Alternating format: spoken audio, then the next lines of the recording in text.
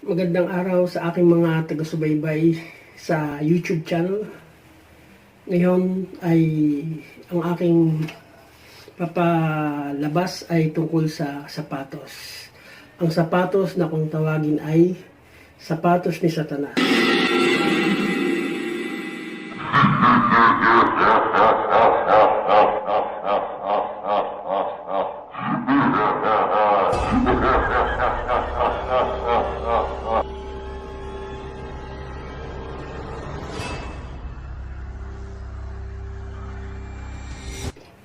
Ang sapatos na kung tawagin ay sapatos ni Satanas o Satan shoes ay pasadya na Nike Air Max 97 shoes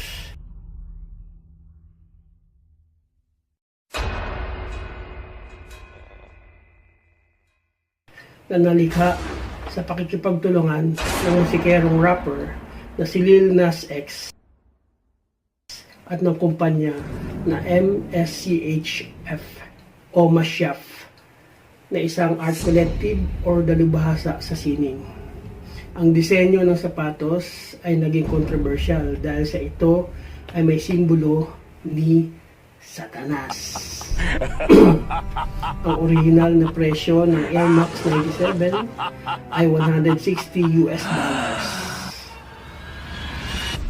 Subalit ang presyo ng pasadya na Satan shoes sa online ay nagkakahalaga ng $1,018. Ang bawat pares ng Satan shoes ay itim at may kulay na tanso na disenyong pentagram sa sintas nito at may krus na nakatuwad. At sa gilid ng sapatos ay may nakasulat na versikulo ng Biblia na Luke chapter 10 verse 18 or Lucas kabanatang 10 talatang 18. Ang transparent bubble na takong nito yung nasa ilalim tinatapakan ay may nakalagay na liquid yung gumagalaw-galaw. Yan.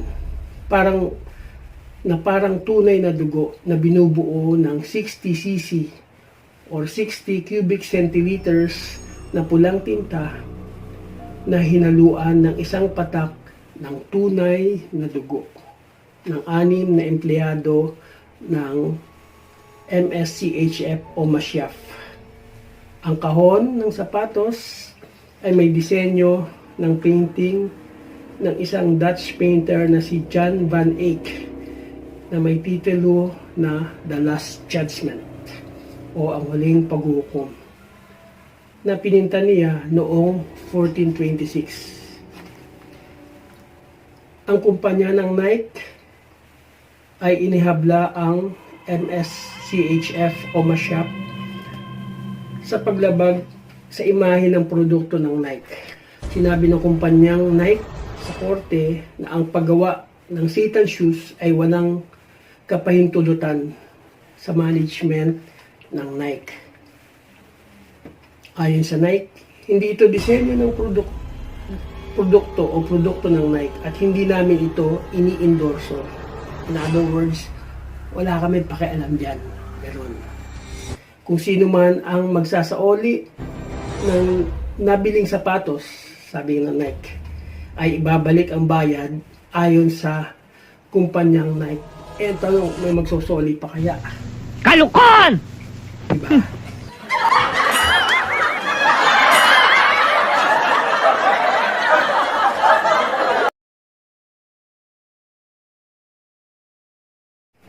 Samantala, ang Church of Satan o ang relihiyon ng simbahang satanismo ay pabor sa sapatos na Satan shoes. Ito naman ang binanggit ng musikerong rapper na si Lil Nas X sa Twitter. Ang layunin ng Satan shoes na produkto ay huwag pakialaman ang buhay ng kapwa mo at huwag diktahan kung ano ang gusto nilang pagkatao. Basta ako! Hindi ako naniniwala! Hindi! Shit!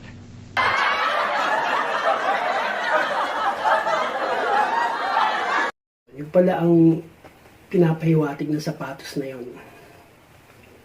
Ngayon, naibenta ng MSCHF o Masyaf ang 666, 666.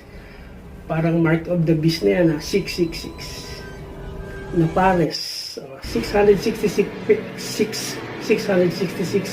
pairs of shoes. 666. Parang mark of the beast.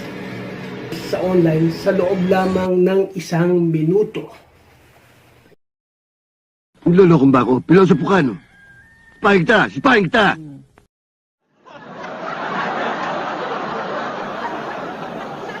Ang tema ng disenyo ng sapatos ay hinalaw sa bersikulo ng Biblia na Lucas, Kabanatang 10, Talatang 18 or Luke chapter 10 verse 18 na nakasulat ang ganito.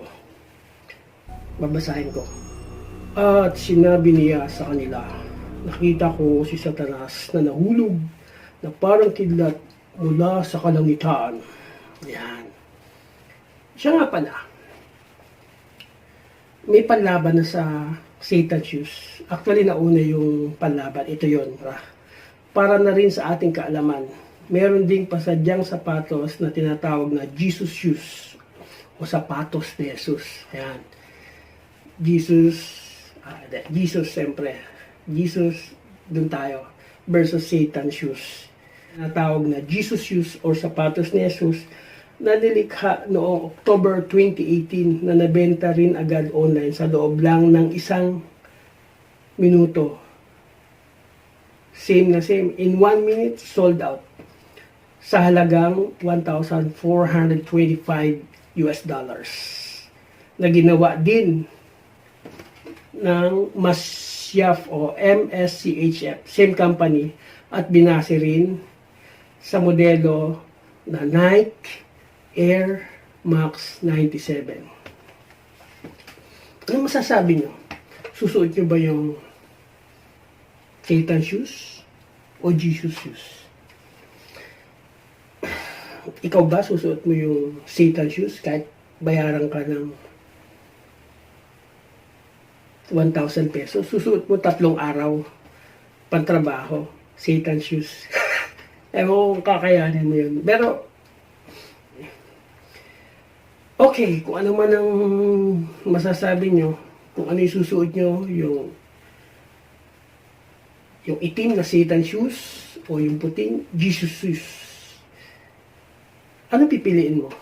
Sabihin nyo lang yung comment nyo sa baba kung ano ang pakiramdam nyo, kung ririgaluhan kayo sa birthday nyo ng mahal nyo sa buhay or girlfriend o ng kapatid nyo ng Satan shoes. Isusuot nyo ba? Ibebenta nyo? Pakisagot lang sa baba, sa comments para malaman natin kung ano ang inyong saloobin tungkol dito. Okay, salamat. Diyan po nagtatapos ang video na to. Ako yung humiling na suportahan ninyo ang aking YouTube channel sa pamamagitan ng pagpindot sa subscribe button at pagpindot din sa like button at pag-share ng video na ito at pakipindot na rin ang notification bell. Hanggang sa muli, salamat sa inyong panonood. God bless us all. Pagpalain tayong lahat ng Panginoon. Amen. God bless.